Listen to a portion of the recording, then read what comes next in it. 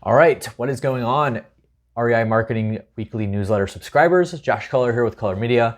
And today I'm going to have a little bit of an interesting topic for you. This is something that a lot of people don't think about when it comes to their content marketing.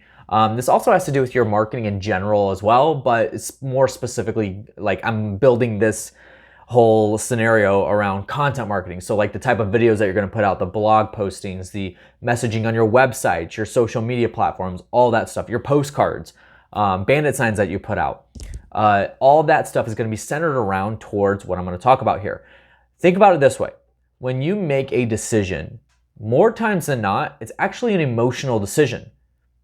That is why playing emotions into your marketing is such a vital role. And we talk about emotions evenly, like even down to color theory. Color theory in branding and marketing has a massive impact on somebody making a decision. Why?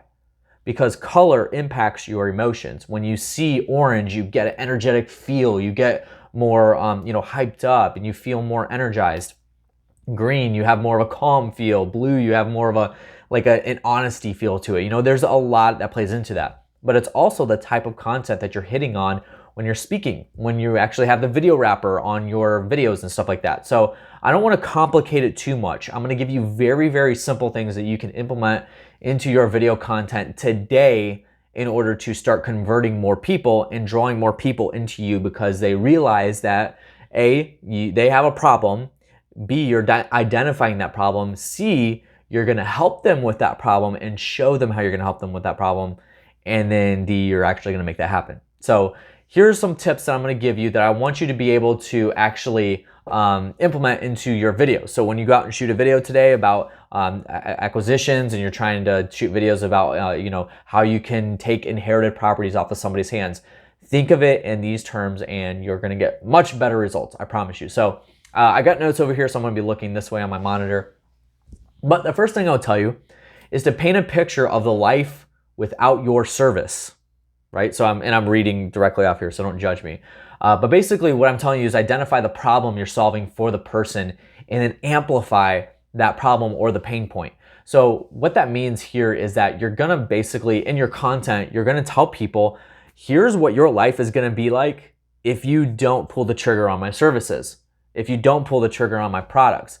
So that means that, for instance, if you're marketing, let's just keep it to inherited properties, right? Because that's a big one.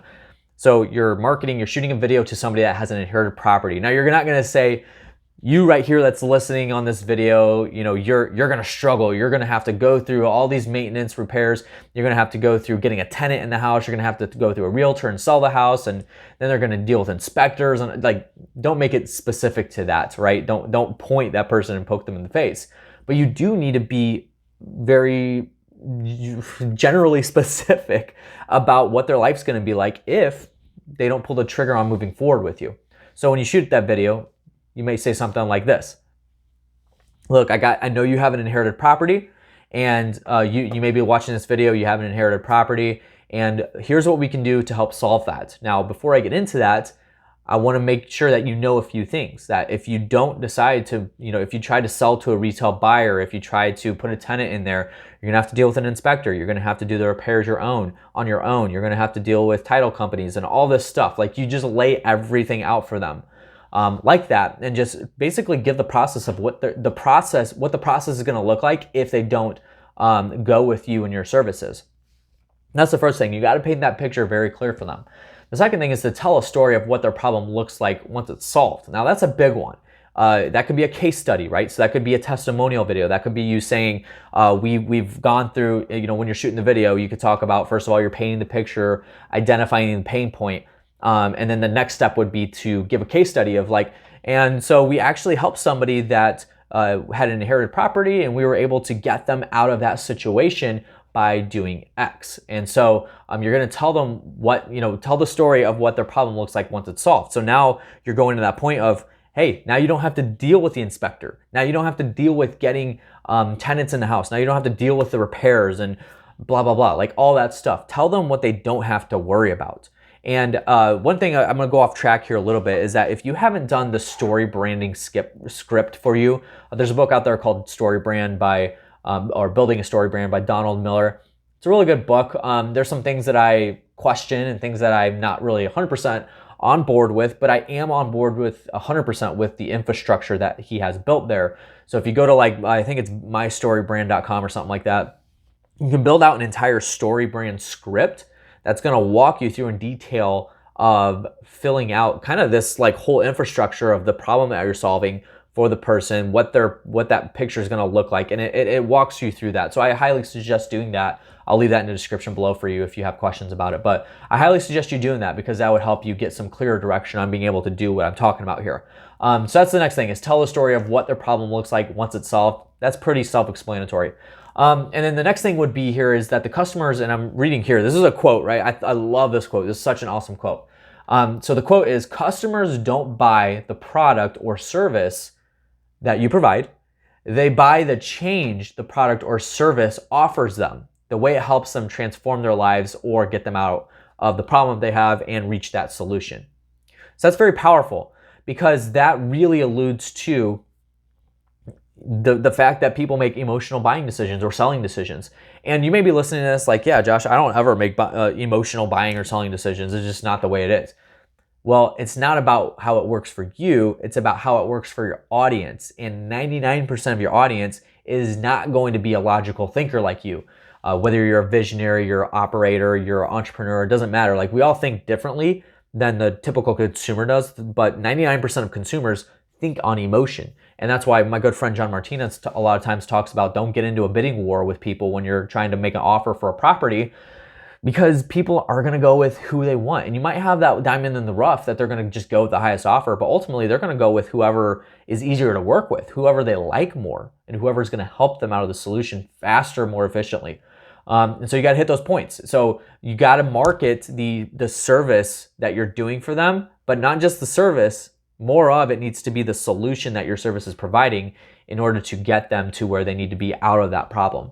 And then the last thing I've got here for you is paint the picture of solving the problem.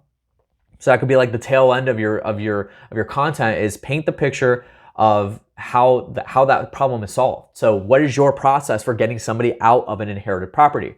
Walk through that process with them, and these could be separate videos, right? You might create one overview video of everything I'm talking about, but create separate videos as well inside of those, so that you're talking about the pain point, then you're talking about what they're going to have to go through in order to not go with your services, and then you're going to talk to them about the painting the picture of solving the problem. Sorry, I'm spitting. I'm like really thirsty right now. I need to get a drink, but I'm almost done with the video, right? So anyway, so that's what it's going to look like. So create the content around, and that typically could be testimonials, right?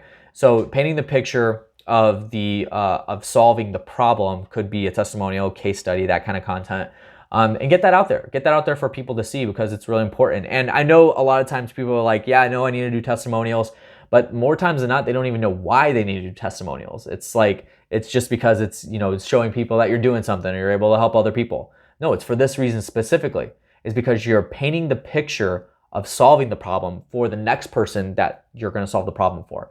So think about it in those terms. That's what I got for you guys today. A little bit of a deeper, more intensive topic to talk about that you really need to think about, and not just your videos that you're doing, but also the messaging on your website, the messaging on your postcards, and all kinds of, like, everything that you do in marketing and sales needs to have this infrastructure built around it of attacking somebody's emotional decisions, and not just trying to get in a bidding war, because this is going to help you avoid that, because we don't want to have anything to do with that, right? So if you guys have questions, reach out to me, josh@colormedia.com, or respond to this email specifically. Make sure you're checking out the rest of the actual newsletter. A lot of great content. I know I've got Melissa Johnson on the Who's Crushing It segment. She's got a really, really good topic to talk about. So make sure you guys go down there and listen to that.